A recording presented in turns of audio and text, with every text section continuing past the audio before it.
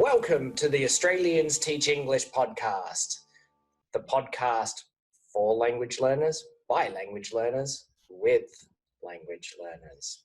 My name is Glenn, and I'm the director of Australians Teach English. And with me is my always effervescent co-host, is Antonella. Hello. Hello. So I'm Glenn, and I live in Buenos Aires, and I've lived here for a number of years now.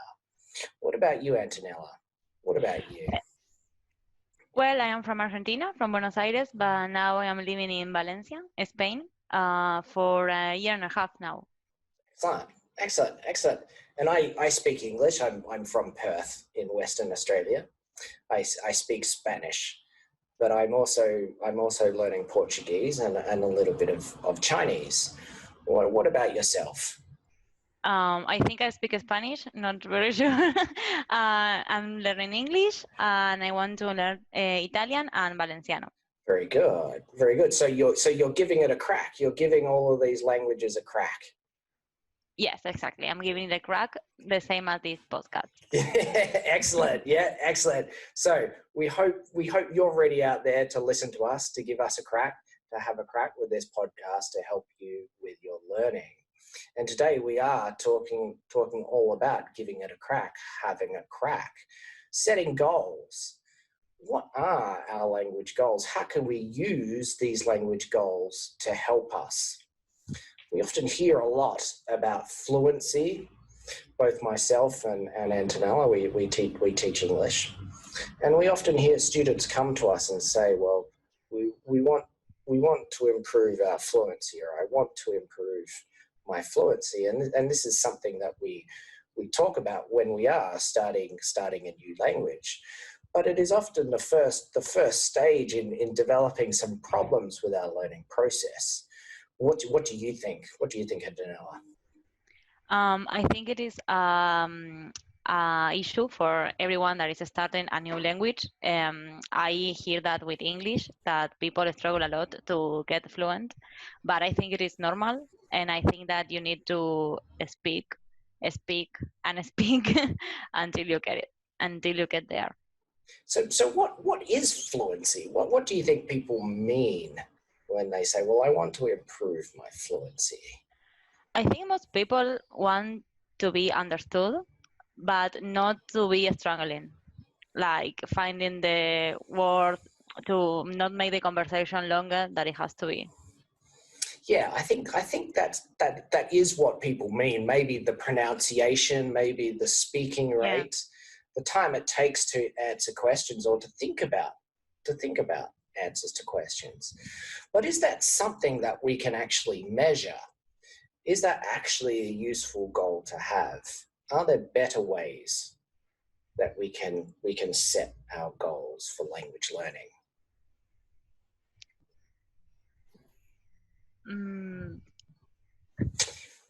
What about things that we do every day? I mean, we both love reading. So for example, I read 10 pages of a book in Portuguese every day.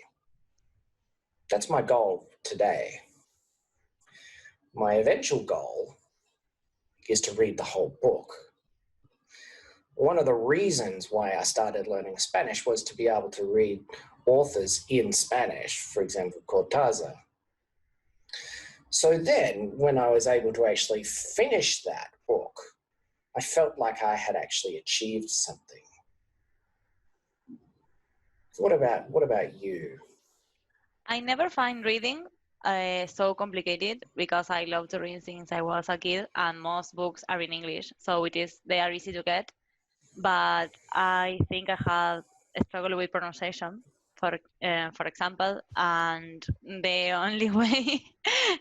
Okay, you can see this, but Glenn is smiling and saying, "Yes, you are full with pronunciation." No, there is a story with this. There's a story behind this. But for pronunciation, I think that the best is to watch movies or TV shows, and my goal is to watch them without subtitles, not in English, not in Spanish. Excellent. Just what I get in English, and that's it. Excellent. Exactly. Because these are things that we can actually measure.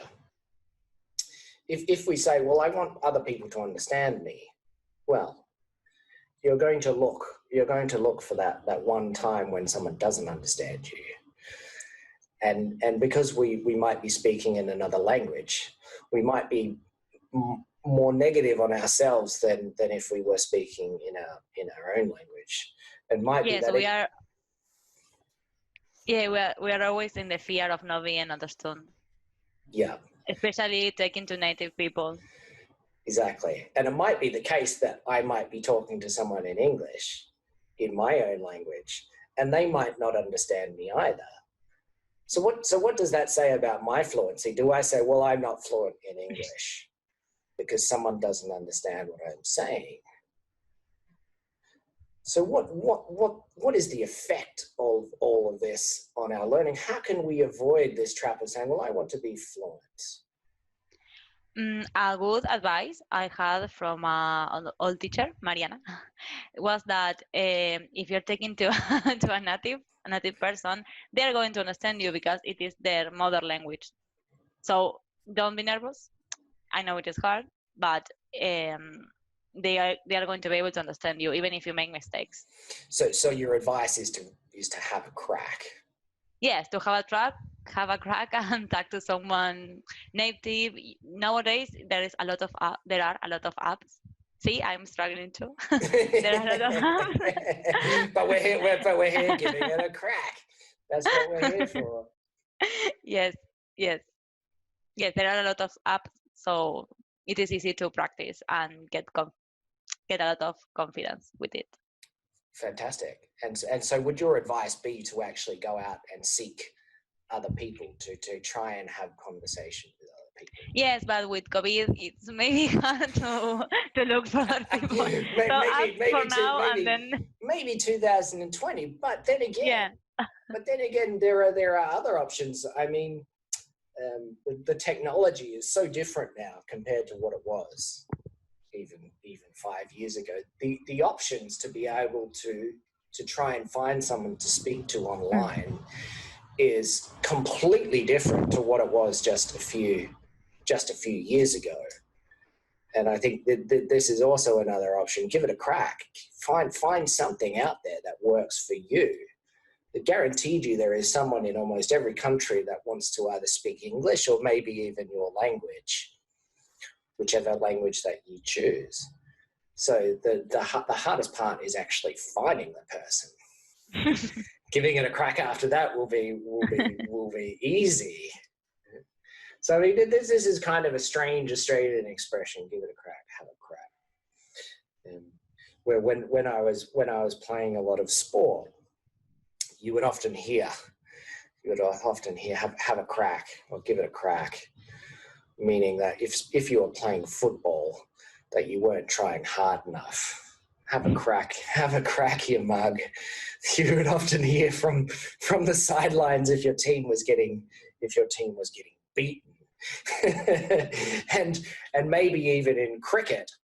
I'm not sure if some of the listeners might be familiar with the cricket world, but if someone is hitting you around the park, really smashing you around, you might give them a bit of an ironic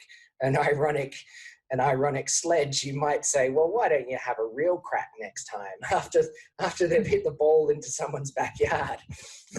so you might hear it used in these ways. But I think it really comes down to when we are talking about languages, really the important thing is just give it a crack, have a crack, try as much as you can. Don't get worried about, well, I'm not fluent, they can't understand me. Give it a crack. Yeah. What about you, Antonella? Is there any equivalent expressions or something similar that you would use in your own language? Yes. I will say darle una oportunidad o intentarlo. O I really like this, no perdes nada por intentarlo. It's a little bit longer, you don't lose anything to try it. Yeah. I don't know if there is a phrase in English. Yeah. But I love that because it is true. Sometimes you already have the no, and you need to go for it anyway. So Yeah. I like better that expression. Yeah. So you don't lose anything by trying. Yeah. That, yes, exactly. Yeah. Yeah. So then we can think about this expression and how we can think about this with our own goals. We've been speaking about, well, we love reading. So that is how we set our goals. We can break it down into, well, what am I going to do today? And I know that eventually, it doesn't matter if my idea is to become fluent or whatever. If I read those 10 pages today, if I watch that video on YouTube and I do that every day, then at least I am making progress towards my goal. That's something that I can say, yes, I did that. Yes, I achieved my goal. Rather than looking back in a month's time and saying, well, what progress did I make? What did I actually do? Yes, I agree. You need something that you can see almost every day. It is like losing weight. Like you have to have little short goals. Exactly. So it is easier for you, and you don't get overwhelmed by the thing you need to do. Exactly. Like if you do exercise for 30 minutes a day, unless you are eating terribly, you are probably going to, or at least you're going to be healthier. If nothing else, you are going to be healthier.